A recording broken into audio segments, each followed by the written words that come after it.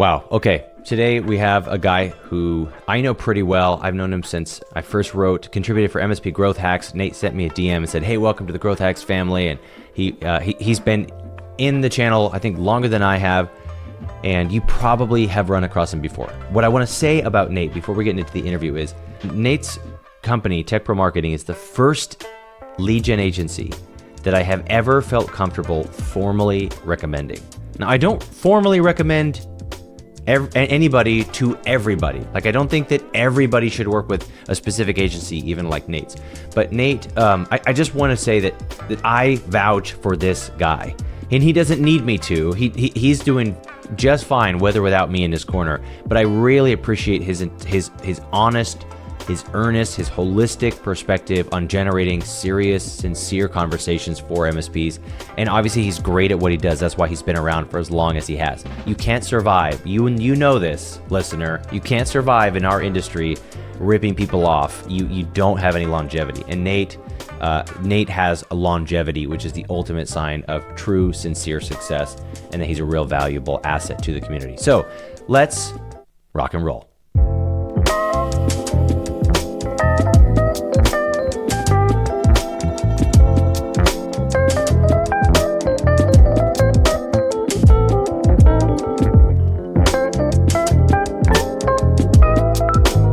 Nate, it's been a long time coming. I'm so glad you're finally here. Thanks for being on the podcast. Thank you, Brian. Love the first episodes that I've listened to so far. Love the professionalism of this podcast and excited to be on it.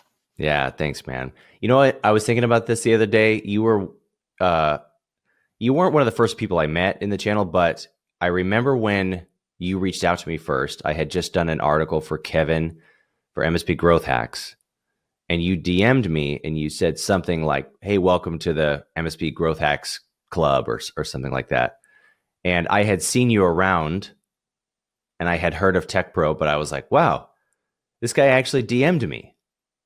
Like, he just sent a nice message and that was it. And that was my first impression of you, was just a kind, normal thing. And I've been really relieved to see that that's been the thread in my whole relationship with you, that you're just a kind, normal dude. So, any thoughts on that vulnerable compliment? Part of my motto, just be normal. And also, I think for me, collaboration with competitors and just industry peers has been a major part of my growth. I think some people know that about a little bit over 2 years ago, one of my mentors, a gentleman named Stuart Crawford, and he kind of did something similar to me about maybe 6 years earlier. He had sent me a DM, said, "Love the content you're posting. Like, you're saying something that's real. I appreciate it." Then I was not following. I don't know if anyone has seen like Cody Sanchez. She's this influencer about buying the businesses of retiring people. And in that situation where we had developed this relationship, that he had reached out to me first, just kind of like I reached out to you. When it was time for him to retire, that was actually one of the major sparks in my business, that bringing his entire client base on doubled us in size, allowed us to do so much more. So yeah, maybe you're a few years younger than me, I think, Brian, when I'm at retirement age, maybe we'll go there. Perfect. I love it. Okay. You'll be my sensei, and then I'll take it over and desperately try to run a marketing agency, which I do not have the skills to do. Yeah, I appreciate it, man. And I remember I heard you on another podcast just saying, be normal. And one of the first things that you said that I disagreed with was when you said, "Would you ever call a stranger in real life?" Well, no. So why are you doing it for your business? You said something like that with Paul. And anyway, I was like, well, I think my version of normal is maybe different than the average person's, I guess, because calling strangers, it isn't that weird to me, but maybe it isn't weird because I've done it tens of thousands of times. But, I think what you do when you do it is you build some type of bridge. You have some type of reason for calling, and you make it make sense. I was talking to one of our successful clients. I told you off air that they're looking to close like 12 deals this month. So I'm not going to, or this quarter. I'm not going to take credit for their 12 deals. It was them, not me, who'd made this happen. But yeah, the woman who does it, she has a networking group in her target area that she runs. And when she cold calls or when she reaches out, she's always got a strong reason for doing it. And it's not, hey, I'm some random person from some random company trying to sell you something. It's, I'm heavily involved in this community. There's a lot I want to share with you. I'd like to get to know you. And that's kind of led to it. So I think having that bridge, having that reason for reaching out can make it normal. And maybe I've softened my stance on that. Like, calls can work if you build the right bridge. Yeah, if you can do it in a normal way, right? Like, there's this term I stole from sleight of hand. I don't know if I've talked about this on the podcast before, but it's a term in sleight of hand called justified action. So I don't love using the metaphor of sleight of hand for sales because sleight of hand is inherently deceptive, but you don't think about, that's not what I mean. Sales isn't inherently deceptive, but but in another way, think about it this way. When you're selling well, it looks like you aren't doing anything. It looks like you're being perfectly normal. You're just having a very candid conversation. The truth is that there's a lot of psychology behind every single word. You're listening really aggressively, right? There's so much intentionality behind it, but a true master of sales doesn't look like they're selling. Just like the true master of being in stand-up comedy, they look like they act as if they're coming up with this joke on the spot. But of course not. They've literally workshopped every single word dozens of times on stage to find the funniest way to say it, right? But anyway, with sleight of hand, it looks the same way because you make it look like you do nothing and you do a bunch of stuff, or you make it look like you did something, but you didn't really do it. And this concept of justified action is every time you have to move a finger or move your deck of cards around, there has to be a reason that the public can perceive why you had to touch it. Because in reality, for example, you had to do something that you had to do a move, but you had to get into position of the move, and then you had to get out of the move in a justified way. So that's what justified action means. So I've just totally stolen that term for sales. Every single customer facing touch needs to be a justified action. You never want to call and go, hello, can I have your business? It's just isn't justified, right? And it's completely self-seeking. They have no reason to engage with you. But if I could call to say, hi, I'm calling because, and have a sincere reason, all of a sudden it diffuses any of that adversarial tension that can come with a sales call, and it can feel a little bit more like a normal experience. I think, for example, a great way to start would be doing a survey of the businesses in your target market. Hey, we're doing a survey. We want to find out the businesses in the area, which ones are using an MSP, which ones have internal IT department, what technology you're using.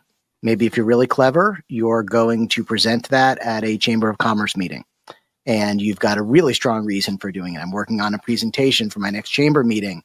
I'm a member in the chamber, and I'm doing a survey on technology. And then you get that information to even be able to sell them. You've made the first touch with someone. You can follow up on the report when it's done. Just one simple example, but absolutely, you need a reason for everything you're doing. Yeah, I love it. And a reason that makes sense and a reason that benefits the person you're doing it with, I want to pivot. I want to pivot a little bit because this lead magnet idea you're just talking about made me think of something that we've talked about before. You guys, we have commiserated before when we're talking about our clients. Yeah. We've had some of those backroom sort of like, oh my gosh, can you believe this is happening sort of conversations before. And, me being a sort of a sales training program that I run, and you having sort of a marketing agency that you run, you're in charge of getting the phone to ring. And my job is telling them what to do when the phone rings. So there is a sort of a natural, that's how a lot of our relationship has been formed, is we have a natural partnership. But there's been many times when you get the phone to ring, and 3 days later, your MSP sends an email saying, hey, what do you want? Or how can I help? And by that time, we both know that lead is that lead is gone. There's a 20% chance that that lead is as valuable, if valuable at all, right? But getting to the lead quicker, not only is just something the MSP needs to have their own basic, like, hey, there's a hot potato, there's a hot lead in your hand, and it is cooling every single second. What are you going to do with it? But talk a little bit about, tell me a little bit about some of the stuff you guys have been doing on the speed to lead stuff you've been doing, because it's really exciting. This is something where I was maybe not a believer at first, even where I was thinking this is such a big decision that businesses need to make, that this is a B2B sale. You're going to be dealing with multiple IT decision makers. You've got the CIO, the CTO, the CFO, the CEO, the office managers, they're all going to be involved in this decision. They're going to go to proposal with multiple vendors. And a lot of the tactics that are happening in the marketing world right now, just the general marketing world, are related to speed to lead. They're related to different forms of communication. Instagram DMs are like a great marketing channel, just in general right now.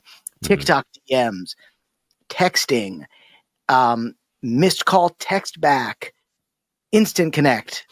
These are all things that are really popular in the marketing space. And I think a lot of them are more in the B2C, business to consumer, and B2E, business to entrepreneur. And I think for me, I had felt like, I don't know, the MSP space, no, this is B2B. This is something where those type of things don't matter. That's not really important. And what I've learned is I'm completely wrong. And over the last 12 months, I have been focused exclusively on actually solving this problem for MSPs. So your question, what are some of the things? Yeah. But before even that, I have a follow-up question. Allow me to interrupt you before you answer a great question. Is this trend, is this a result of the sort of fragmentation of the business unit and the sort of the siloing and individualization of decision makers, people working from their home offices? Because we're seeing that B2B and B2C are fusing together. Yes. Yeah. And I mean, any thought, why is that happening? I think one of the factors is like, and kind of what I maybe was talking about on that podcast that you heard earlier was more that like the younger generation doesn't accept calls as much. Where in the older generation, it was kind of normal to call people up. Nowadays, like I can't even call my best friends. They won't answer the phone.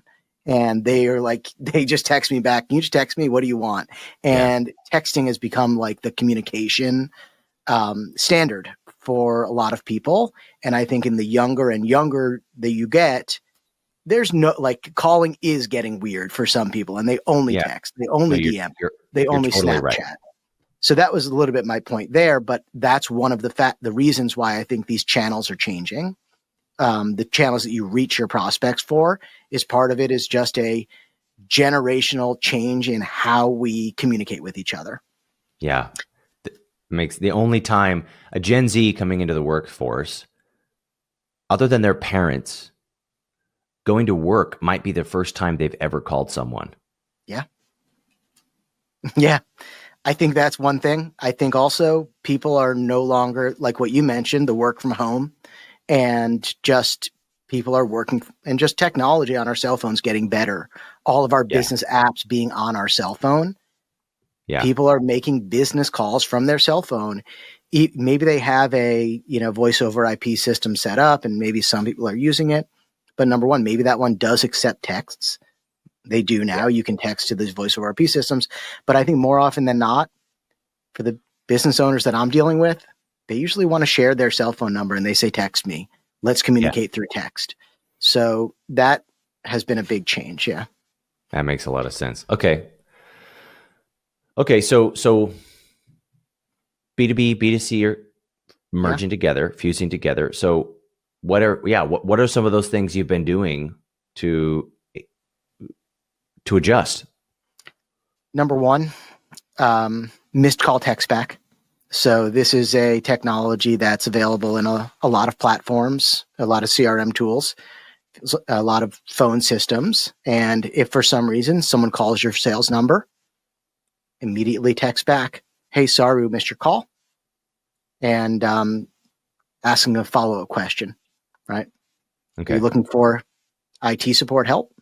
Right? Oh, yes, I am. Thanks for texting back. And if you've hit someone who's really used to texting, and straight up, like, I think everyone is used to texting right now. Even my parents, like early 80s, are texting. And they're, we're talking B2C, their landscaping company, everything is communicated through text, and when they deal with a lot of their vendors in life, it's all communicated through text. So I think a missed call text back is a great one. Other things that we do is, missed call internal notification as well. So that if you get a missed call on whatever line it is, you get a text message to your own phone with the contact information.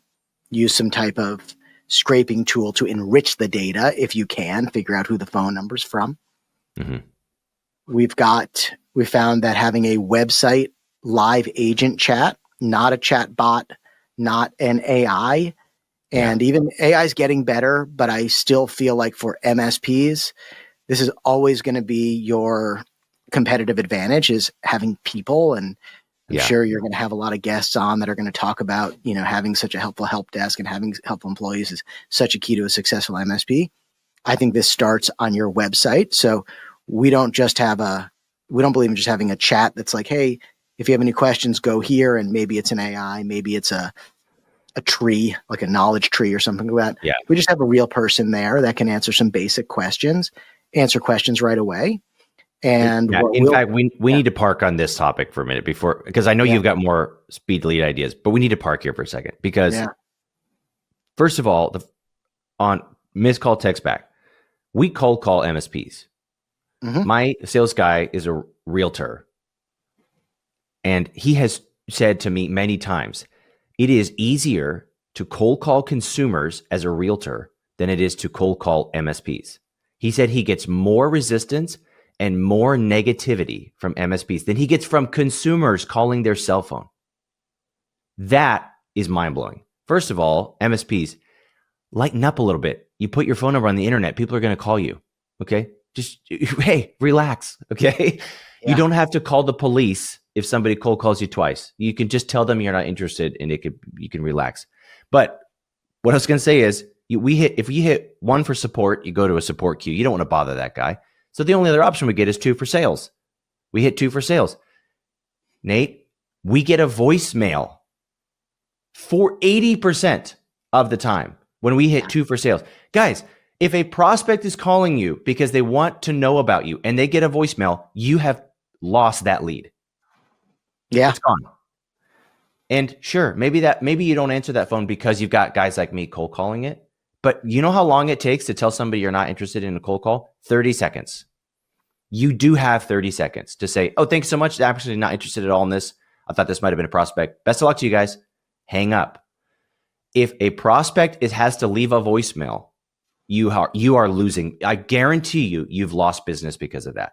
And if your phone tree is a weird robot voice, unacceptable. If your IVR is not a real human, I think it's completely unacceptable, especially now that robots sound like humans. Use a robot that sounds like a human. I think honestly, I just wouldn't use a phone tree. Our most successful clients don't use them. Their support, they have 2 phone numbers. Their support line goes directly to their engineers. This is an amazing thing to have as a customer support feature. Our engineers pick up within an average of 3 rings, and there is no intermediary. You immediately get to the point of getting your issue solved. And your sales number, which would be a different sales number, this should get recorded into your CRM, have some of these features like the missed call text back, but definitely record it into your CRM, because how are you going to measure your results on marketing if you are not tracking who's calling you and who's hitting that sales number? And then have that number ring in 4 or 5 places. Whoever's available to answer it first is going to answer it. And make sure it gets answered every time as quickly as possible. 100%. If you do that once a year, you get a customer, you're going to pay for a full-time receptionist. You don't need a receptionist in managed services, but you need people who can answer the phone and just accept it. You run a business, or you're an administrator at a business, you need to answer the phone. You need to answer the phone, period. And if you don't answer the phone, they better get a text from you right away. But that's my qualm there. 100 billion% agree. It's shocking to me that MSPs they're all ripping off language from other MSPs websites being like, we had the best support and we're the human touch and we actually care about you. And then you don't even answer the phone. And or a robot answers the phone, like that's you on your best behavior. That's you on your first date and you already don't care about them. That's what your prospect is seeing. So what's it going to be like when you go to the support department, which leads me to your second issue, the live chat agent. I don't talk to AI bots. Do you know why? Because I already know for a fact it's not going to help me.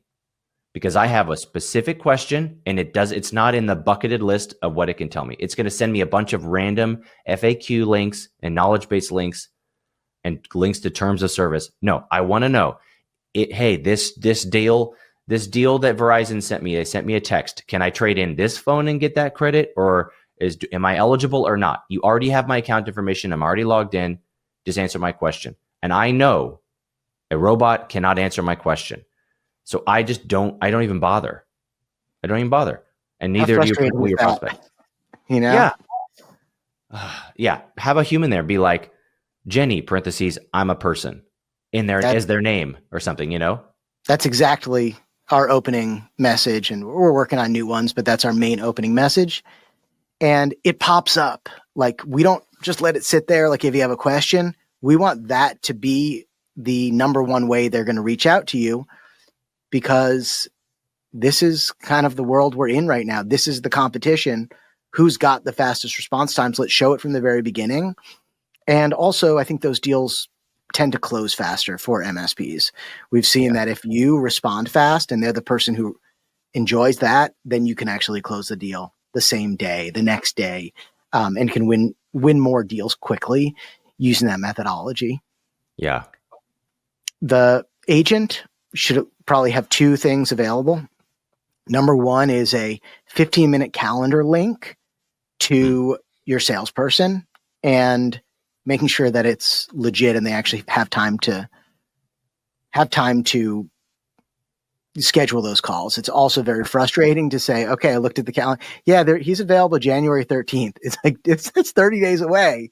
Like, I know Christmas is coming up here, but we got to maybe get some backup salespeople or something, someone to take calls for the non-holidays. People are not going to be not want to schedule a meeting on Christmas Day, but they might want to schedule a call on December 23rd. They might, a lot of people I know work December 24th morning. It's not outrageous. It's actually a great time to do business, because that's where maybe your other businesses, the businesses who are leads for you, potential customers, maybe their business is a little bit quieter. And that's the time that they're actually going to be able to think about something that's a little bit on the back burner, like IT support. The other thing that the agent, we equip them with is we have the agent say, if I can have Brian call you back right away, I can check if he's free right after I finish this chat. Would you like me to? If they say yes, that's where we put it through to you. And we set it up with a little automation. You press 1, you get a call, it says press 1 to connect, you press 1, and then it dials them. But, you could just easily do it any other way. And it's very impressive when we respond back to our clients and they're like, I'm still on the website right now and you're calling me. Like, I'm actually on the phone with you right now. Well, I'm literally, I didn't even close the browser window and we're on the phone. It's very impressive. You're in sales. I mean, I've been hearing sometimes sales or MSP owners who are functioning in the sales role will say things like, I only want to talk to qualified leads. I'm like, okay, do you know what makes a lead qualified? You talk to them and you decide if they're qualified. That's what a qualified lead is. I mean, an MQL, there's a marketing qualified lead and a sales qualified lead. Marketing's job is to find people who are raising their hand and put them in front of you. That is it. Their job is not to say, and by the way, here's our pricing, here's all of our terms, here's all the reasons you wouldn't want to buy from us. Hey, are you working with any of my competitors? When is your next contract up? What are you paying right now? You don't need any of that information from an MQL. That's a salesperson's job.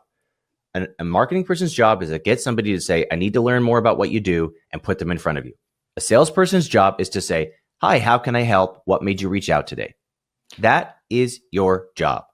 It's just that I think if you're doing that, and I've heard that a lot as well, and I think if that's your attitude, you've got a few misconceptions you need to break down. Number one is the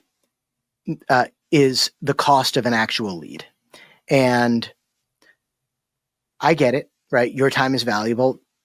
It's one of the only assets we really have when you think about it. It's our most valuable asset. It's one thing we can't get more of no matter what. It's very challenging to get more of. And I get it. You don't want to waste your time.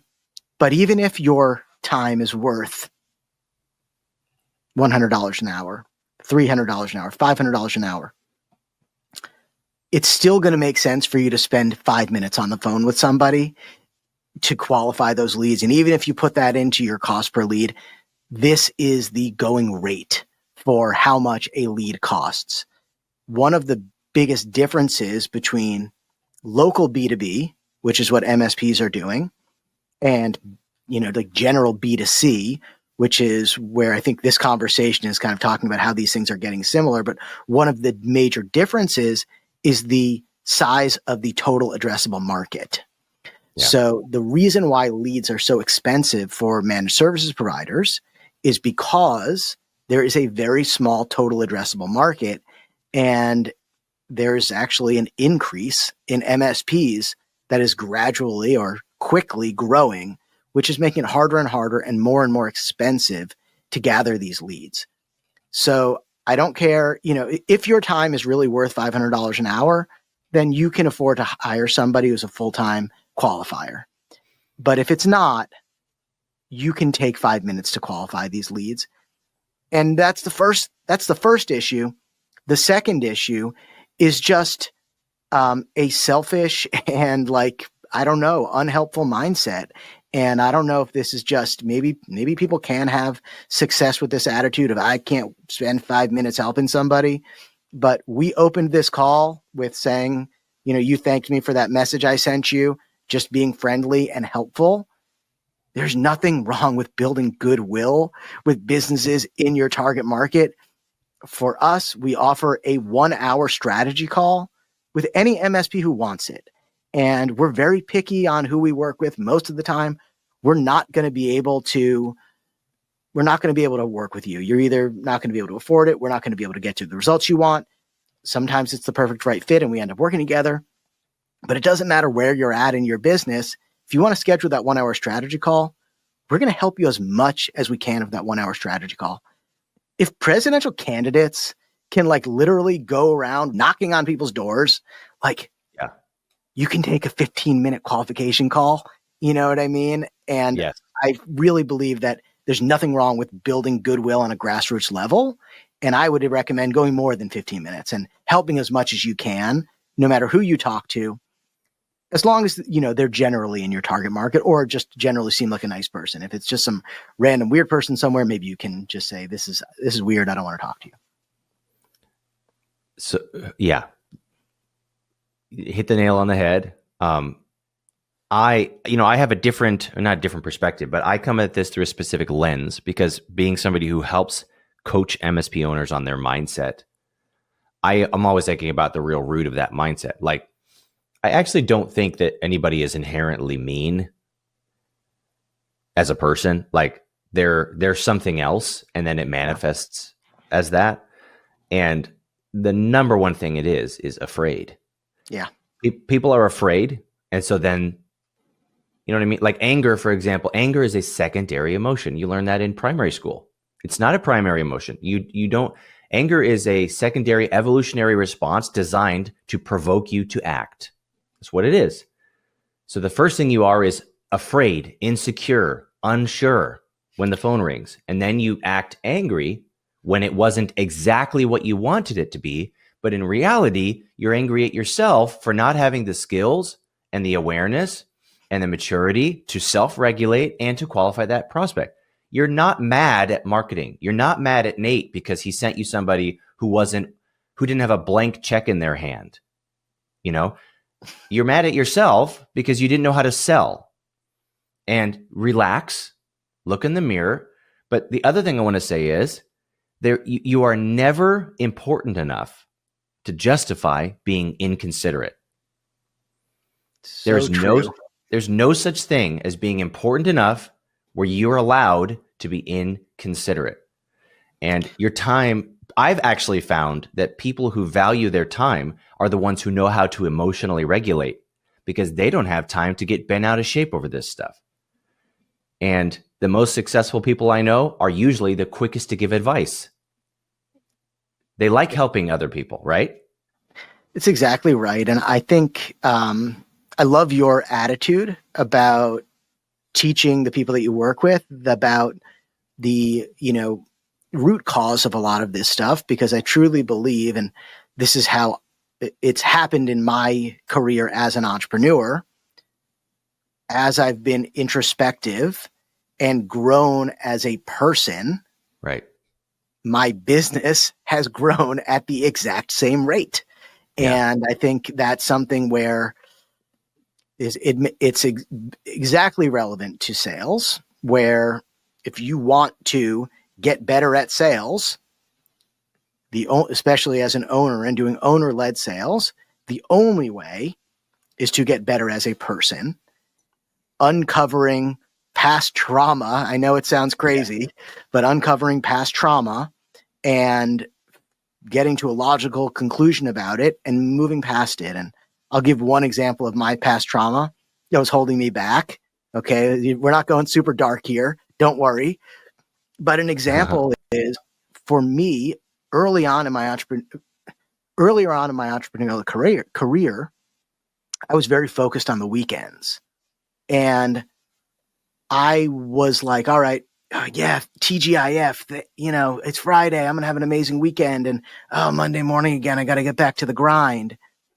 That was actually a trauma from my childhood where I didn't like school.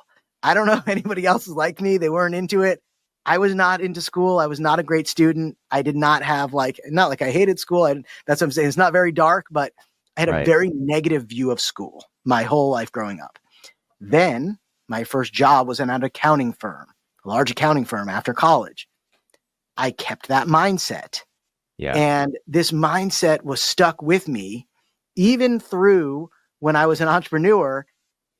And that makes no sense, because the only person I'm sabotaging now, I'm not getting back at my teachers by not trying hard where I'm literally hurting myself. And that took a lot of work to get through.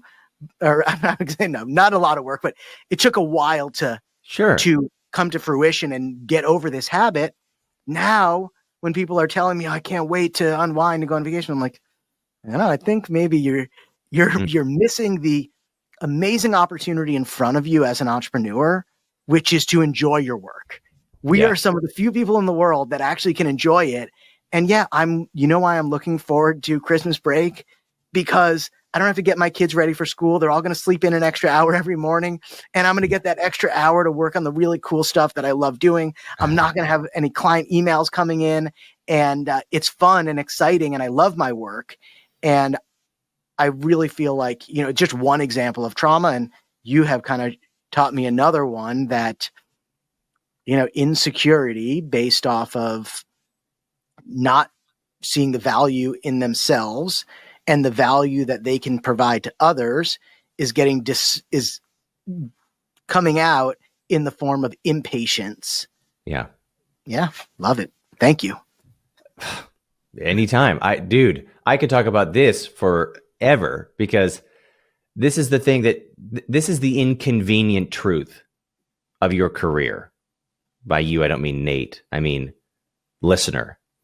Is that you will grow to the level of success that your personal capacity can manage. You will grow to the level of success that will not crush you. And if you want your success to increase, you need to increase your personal capacity for success. Yeah. And I don't mean your greed. I mean, greed is just shame, and shame is a very powerful motivator. In fact, many sales coaches want you, the MSP, to use shame and fear to motivate your prospects to buy from you. Just like they want you to use shame of being a failure to motivate you to sell more. It can be a very powerful motivator, but with it comes all of these limitations. Shame is like this thing that sutures its way into your life and then slowly suffocates, because every time you try to grow, it constricts you. So when you find whatever your personal why is, whatever your relationship to the world around you, that realizing that you're part of something bigger than yourself. I don't want to get too meta or woo-woo here because I'm going to lose a bunch of the audience. But the reality is, I'm not telling you to go follow a Sherpa up, some guided like yoga tour. That's not what I'm telling you to do. What I'm telling you to do is to be honest and look at yourself and realize that if you have plateaued in your business, in your career, in your marriage, in your friendships, it is because you have hit your personal capacity for more.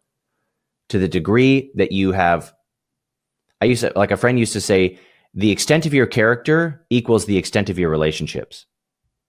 If you don't have deep relationships, it's because you haven't deepened your true character. So you got to find like, what am I doing wrong? How can I improve as a person? And that can turn into a shame festival very quickly when you start looking introspectively. Like there is a fine line where instead of just saying everything is my fault, well, everything is your fault, but that's good news. It's not bad news. So that means you can control everything. Yes, you can do whatever is your fault, you can address. The things that are not your fault, you have to accept.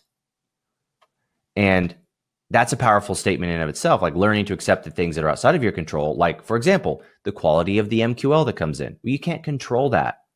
You can control your emotional state as you engage with them. Don't blow them off.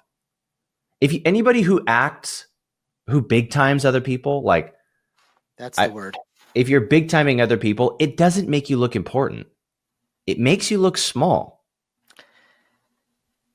Big timing is a form of bullying. This is what I tell my kids every day when I see them bullying each other. Say, did someone bully you at school? Because the reason why people do this to other people is because someone else did it to them. Why don't you do that? Nobody bullied me at school. I'm like, well, then don't act that way, and dealing that with 8-year-olds, but it's the truth. But with our 50-year-old CEOs, it's the same thing because we're all just a little 8-year-old inside. Whether you love it or hate it, we are. But I remember I was cold calling this one time, and I cold called this guy, and he ran a machine, a car, like a mechanic shop. Mm-hmm. And he goes, "Listen, I remember this so distinctly, almost verbatim." He's like, "Listen, I'm taking this call, but I want you to know my time is valuable. You have it's unbelievable how valuable it's. You don't even know how much it's costing me to even tell you this right now." And I'm like, okay, he's doing $200,000 a year in his machine shop. The guy's probably clearing 30 grand. Buddy, you sound so scared, So I'm like, okay, well, clearly you don't have time for this then. Blah, blah, blah, blah, blah. I'm like, okay, are we doing this or not? And I think I went to the next step. I don't think I closed that deal because he couldn't afford it. Like it wasn't valuable enough for you to be able to afford anything. That's another thing that there's a personal qualm. When people try to big time you and then give you the budget objection in the same conversation. They tell you how amazingly successful they are, but then they say they can't afford your services. Well, which is it? Are you rich or poor? It's one of those things where, we probably see this mantra a lot in the MSP space and all of business. And it's, something like, maybe I'm saying it wrong. You might know it. It's something like charge what you deserve, charge what you're worth, that you have to charge what you're worth. And I think it's great. Like, I don't want people who are delivering amazing value undercharging for it. But I feel like this one gets really mixed up and they don't work on the what you're worth part before they work on the charge part. And I think the truth of the matter is, I want you to charge what you're worth, actually. So find a way to deliver amazing value, grow as an entrepreneur, grow as a business person in the way that you're no longer just selling copycat services, reselling other people's stuff, but actually delivering value in a unique way that is worth more and that is not taking more resources, each time that you do it. So I want people to charge what they're worth, but it's not saying charge what you're worth as a human being. I think we're all worth so much as a human being. Yeah. So if like you took it that way, you'd have to charge, you wouldn't be able to, no one would buy what you're doing because we're all very, very valuable people. It's charge what you're worth in the service that you're delivering. And yeah, that guy's a little bit mixed up here because he's obviously not delivering. Sorry, machine shop guy out there. He's obviously not delivering the service that's getting him the money that he deserves as a person. So if he's listening, I mean, I doubt his business is still open, frankly. But I wish him all the success, and hopefully he's onto something else. Charge what you're worth, but don't find your worth in what you charge. And if you find your worth in what you charge, then your worth is subjective, and it changes every day. When you're selling big projects, you're on top of the world. When you lose a project, you think you've lost as a person, right? It's like, I think I love that. Charge what you're worth 100%. But if you don't know your worth, then you have to find your worth in things like how much money you make. Yeah, and that's a really, exactly really bad place to find your self-value. Yes. Don't define your worth by what you charge. I think that's fantastic. Yeah. I love that we started here talking about, hey, tactical speed to lead things. And of course, it always descends or ascends or transcends, depending on your perspective, into therapy every time. Because we're going to come back, actually, we're going to talk about this. If I can use the term inner work, we'll talk about that in a little bit. Some of the internal work that you could do to increase your sales performance. But I want to pivot here because you've given us already a lot of really practical processes and ideas to increase our speed to lead on the external side. We're going to come back to the internal in just a second, but for an MSP who's going, I need to get to the leads faster. I need to get more leads. I need to, whatever. I want to lower my bar. I don't want to be in my own way. Any more of this sort of things that they could be doing in the business to improve in those areas? I would say on the very front end, we've talked about a lot. There's more small nuances, making your phone number visible in as many places as possible, allowing people to contact you in the method that is comfortable for them. We have found 35% of people prefer to call. That's our number one source. And I was actually a little bit surprised, but making it easy for them to call. 21% prefer to chat on a website. I think that number is going up. Mm-hmm. About 2% prefer to find your email address and send you an email. The rest prefer to fill out a website form. So that would be the other thing, is making sure that your website forms are really easy. And that, our philosophy is that you want to make a very simple form. This is another one of those things. This is probably a little bit psychological. I see a lot of MSPs on their website forms. I need to know how many users they have. I need to know how much they're currently spending. I need to know this, or else I'm not taking the call. And let's forget about all that. Let's just get them to fill out the form, and you can qualify them and tell them no on that 15-minute qualification call. Yeah. 100%. I love it. Okay. So these are some of the external things. If I could pivot here, or let's drill one layer deeper now. Yep. If you're an MSP, you're listening to this. First of all, as amazing as this advice is, you've probably heard some of this before. Maybe all of it before, right? We're not claiming to be inventing the wheel here, right? This is great advice, but you might have heard it. Now, my question is, if you've heard these pieces of advice, but you haven't executed them, now we need to talk about the inner stuff. Like in Feel Good Close, we call this the invisible wall. There is a list of things you should do that you're aware of. I got to get to that. I should be doing this. I should be exercising more. I should be nicer to my kids, whatever. I should be calling my leads faster. But those are tasks that without external intervention, you may never achieve because they're on the other side of a wall.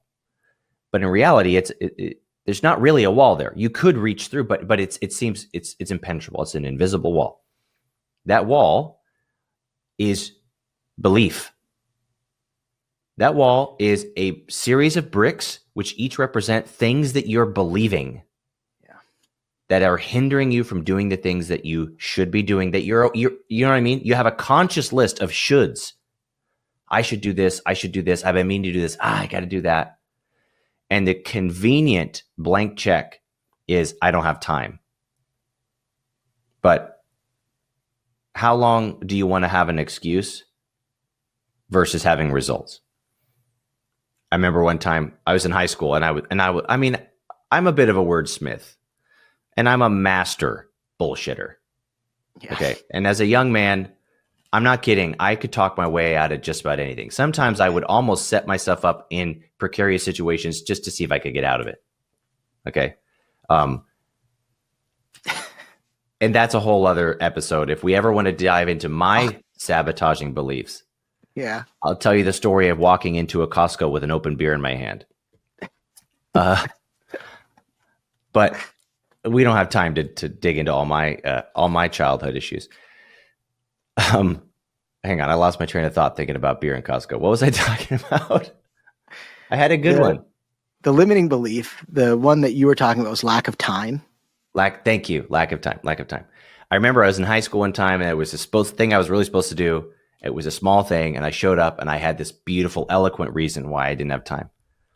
And the guy I was supposed to turn it into goes, "Okay, did you go to sleep last night?" "Yeah." He goes, "Could you have done that 10 minutes later? Yes or no?" "Yeah." So you could have gotten 7 hours and 50 minutes of sleep. And you'd have about almost exactly the same amount of energy you have now. The difference is you would have done what you were supposed to do. And of course, I hated it at the time because I was a smug teenager, but I have never forgotten that moment. Yeah. And that was like my brittle illusion of I'm too self-important, too busy to do the things that I'm afraid of doing, and realizing, no, you're not. You're just afraid. You're not too busy. You're afraid. We, in my high school, we had like one amazing teacher, Mr. Bates, and he only taught seniors who could drive to school already. And he taught a psychology class, and there was a big snowstorm one day. We all showed up like halfway through the class, and he's like, "Are you guys are all late?" He was going to be a tardy or whatever. And we're like, no, Mr. Bates, like we all had to clean off our car. Like there was a huge snowstorm, don't you know? And he's like, let me like explain how the world works. You check the weather the night before. If there's going to be a snowstorm, you wake up 30 minutes early, you clean off your car. This is how people do it. Like, yeah. Oh, thank you. Exactly. And look, these are the beliefs. Like the wall is not, the wall is something that you'll take your whole life. I think it's sort of it's an evolving, everlasting, healing is a perpetual job. You never arrive as a human being. Like you've always got things to work on, but brick by brick, you can start tearing down that wall and making it easier for you to get to the things on the other side. Do we have any practical advice for folks who, if they've got, let's call them limiting beliefs, if they've got unhelpful mindsets, if they've been big timing and they're feeling very humbled and embarrassed right now and realizing, oh, whoa, maybe I'm the problem. Yeah. Do we have any advice? I mean, obviously you've done a lot of your work. Anything practical you think you can share? 2 things. I think the first one is this belief of, but that won't work for my business. And this is something that not just MSPs, every business has. And it's not true. Like, I think a lot of us who are marketers and salespeople, a lot of MSPs, we've all read the most popular 2 business books over the last 3 or 4 years, Alex Hormozy's $100 Million series, where in the first one, he explains how to create an offer. And what I hear from MSPs when they read that book, that's great, but he ran a fitness business. That's great, but he was selling supplements. For IT support, you can't do that. And I'm also in a marketing agency peer group as well. But that's great. But I run a marketing agency. I can't do that. No, I just do branding. I just do web design. I can't do that. I think, not to toot our own horns or anything, but I think me and you are two people that have kind of taken what we started with. We each probably started with a different service. Uh-huh. We've learned the market. We've learned new technical skills, right? There's not just emotional. Like for me, I started by making websites for MSPs just like every other website designer. But when I started working on my offer, I realized that this speed to lead stuff, just one element, was something the market really needed. And I actually learned new skills. I actually learned how to do all of the technical work behind that. And when I look at MSPs, I see a lot of them are limited to, well, there's no vendor that I can resell that service for. Or they do the worst thing is, instead of trying to solve a problem in the marketplace, what they're trying to do is sell a service that somebody is offering them a markup on. And I think the big limiting belief behind that is, it's maybe manifesting itself as that won't work for my business. It's really, I can't create value in the market. And as an entrepreneur, this is how you succeed, by creating value in the marketplace. As an individual, this is how you succeed, by putting value into the world. So that is definitely the first limiting belief, is get this mindset of, no, but MSPs don't do that. No. That's not just reselling Microsoft 365 and providing help desk support. I can't do a review of my client's SaaS tools and try to find them $500 to save per month. You absolutely can. You know what I mean? Like, we all probably do it in our own businesses, right? No, I can't add an automation in my clients' processes that are going to save them 10 hours a week. I'm literally telling you how to do it for your business right now. Can you just mimic that skill and do it for your own? I can't solve a unique problem in my market. You absolutely can. If you got this far, or you really have a desire to grow, like, you're going to have to solve unique challenges. Yeah. And it won't work for my business. Yeah, it won't work for your business as is. You need to change your business if you want to succeed. Oh my gosh. Yeah. It's so well put. I think this is so acute to what you're describing. And we could talk about all the ways that the PSA vendors have sort of commoditized our industry, and that every MSP is essentially a VAR at this point. They're just selling other people's tools and desperately trying to get their clients to let them add a $5 agent to their per seat thing, and argue, and then whining that of course it doesn't work. I've said this so many times, and I think most people I still don't think understand what I'm saying. I think the future of managed services is no code, low code, because that's what people need. Listen, firewalls won't exist in 20 years. Like, it's not going to be a thing anymore. I'm not saying that service isn't still going to be critical. What I'm telling you is that cloud computing will become so household. You know what I'm saying? Like, just resetting ubiquity access points for people and then trying to sell them a Palo Alto physical box. No shame on either of those vendors or pieces of hardware. And then being like, let me mark up my RMM agent and my EDR. Nobody needs you to do that in 10 years.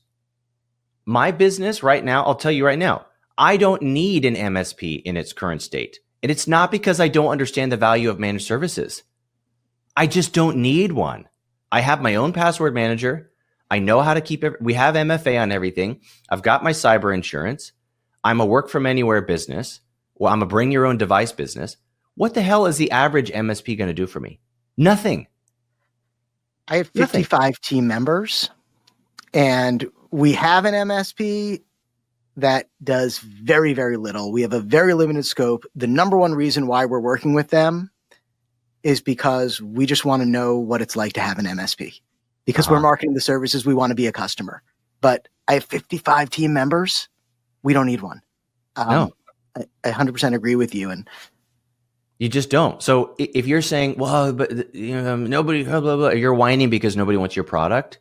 Sell a better product. Yeah. Change it. Or listen to, here's my analogy. And I know I'm going on about this, but this is the analogy I've been using lately. We've got all these tools. Great. You have your tech stack, your happy little tech stack. I'm so happy for you. Your tech stack is your paint. A painter does not walk up to a homeowner and say, hello, I have beautiful paint. Would you like to buy my paint? And for additional consulting services, I'll rub it on the walls for you. That doesn't make sense. Painters don't sell paint. Painters sell beautiful living rooms. They sell making a new home your own. They sell nesting. They sell changes of seasons. They sell staying current with times, being relevant. You see what I'm saying? They sell making your friends jealous. That's what painters sell. That's what interior designers sell. Interior designers don't sell pillows. They sell vibes. Yeah. And how do they give you the vibes? With really expensive pillows. You don't sell EDR. You don't sell RMM agents. You sell cyber preparedness, forward thinking. You sell getting that person a TED Talk one day because they were the best in the industry. You sell making all of their college friends jealous. That's what you sell as an MSP. Yes, everybody needs that. You just have no freaking clue how to explain it. So you're explaining people, would you like to buy my paint and pay me to rub it on the walls? That is a terrible way of explaining managed services.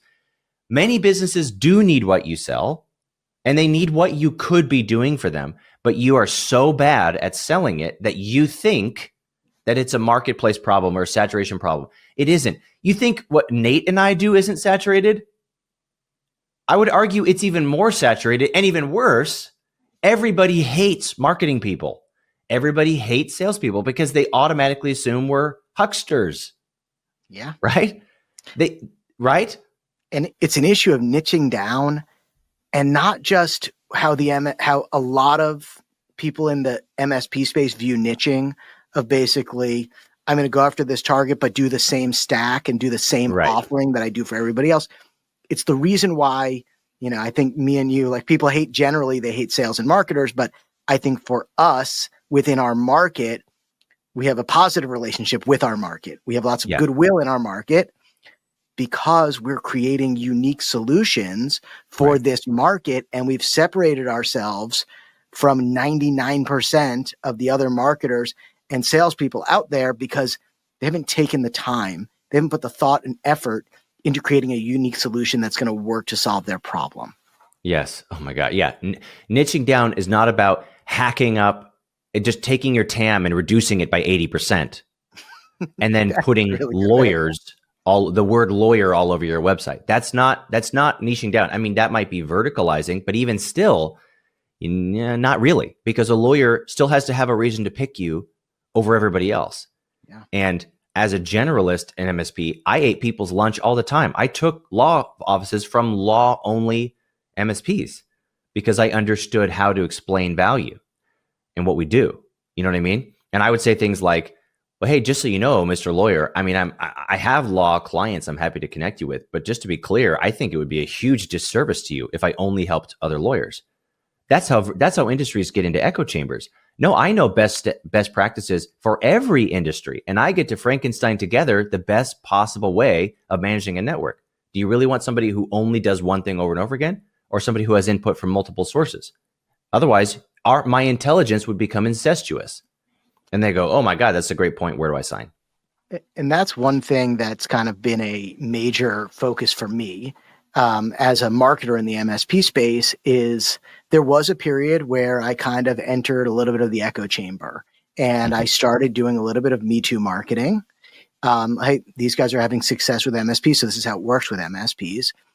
What I've learned is that actually, like the stuff we started talking about on the call, is that now I'm taking things from how landscapers are doing marketing and applying it to MSPs. I'm taking things how dentists are doing marketing and I'm applying it to MSPs with our appointment reminder funnels and things like that. And as long as I keep my mind open to it, that's what helps the most. And there's a time and place to have the industry experts. But for example, we're doing two we're doing a training next month with our members, and I'm having a friend of mine come in to do the training. And a friend of mine, his name is Peter Rushdie. He's one of my business besties or whatever. He runs a marketing agency that this is amazing niching. He serves the radon detection niche. So some of you guys know what radon is. Some of you guys know what radon detection is. If you don't, you understand that a really good niche is something that people might not know what it is, but there are thousands of radon detection businesses across the US. Within 2 years of niching, he became the number one.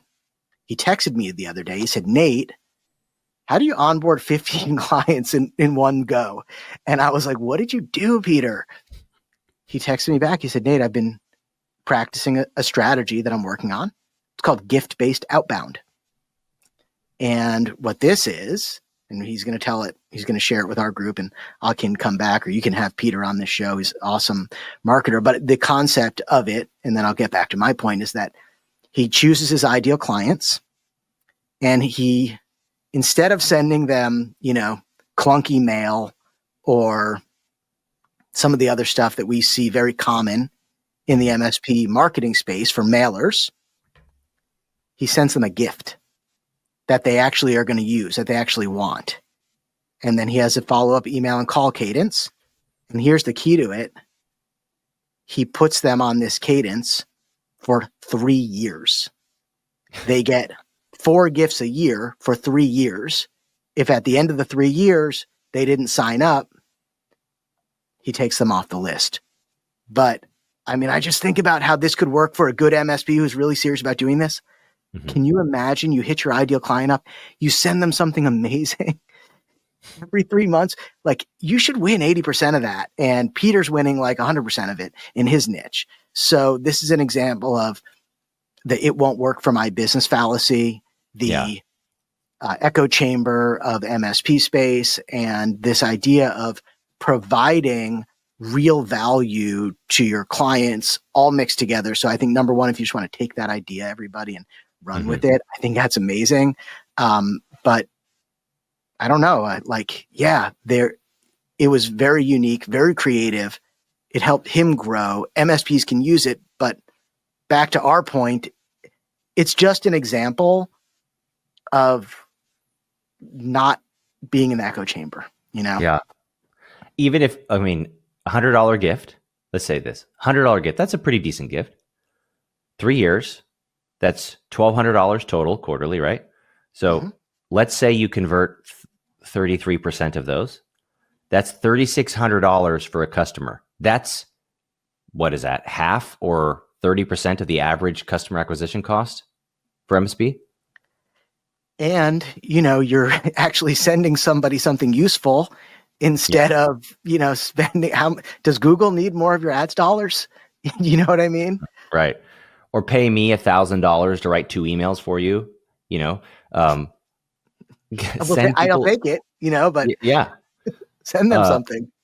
Oh man, it's so amazing. And the last thing I want to say before, I know I've kept you way longer than I should have, but I just want to end this with a compliment to you, is that you have changed over time as a marketer, as a product. Even like opinions change over time. Yeah.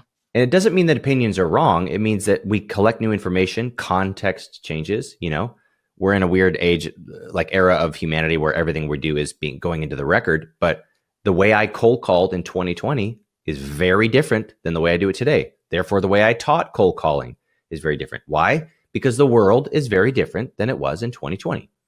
Now as we're in 2025. So anyway, Nate, I think it's, one of the 7 characteristics of living things is that they respond to their environment and change over time. And the sign that you are alive as a business, as an entrepreneur, as a person, is that you change over time. It's a massive sign of strength. And I just want to give that as a kudos to you. You've been a real asset, both to the culture of the channel and I think to the results. I think you got helped somebody get 12 logos in 1 quarter. I think at my best, we were doing 25 customers a year, maybe. which is breakneck speed. And it's pretty amazing what you're doing. So I just want to say thank you. Not only thank you for the time today, but thank you for always being such a great resource and friend to me, and a resource and friend to the channel. This was so much fun. I've learned so much on this call. So I will probably, once this podcast launches, I'm going to listen to it. I'm going to add a lot of the points that you made into my repertoire. So many gold nuggets. So thank you for the opportunity. Yeah, of course. Come back anytime. And our listeners, thanks so much for sticking around with a long episode. I know for me, it was super worth it. And we'll, of course, see you in the next one.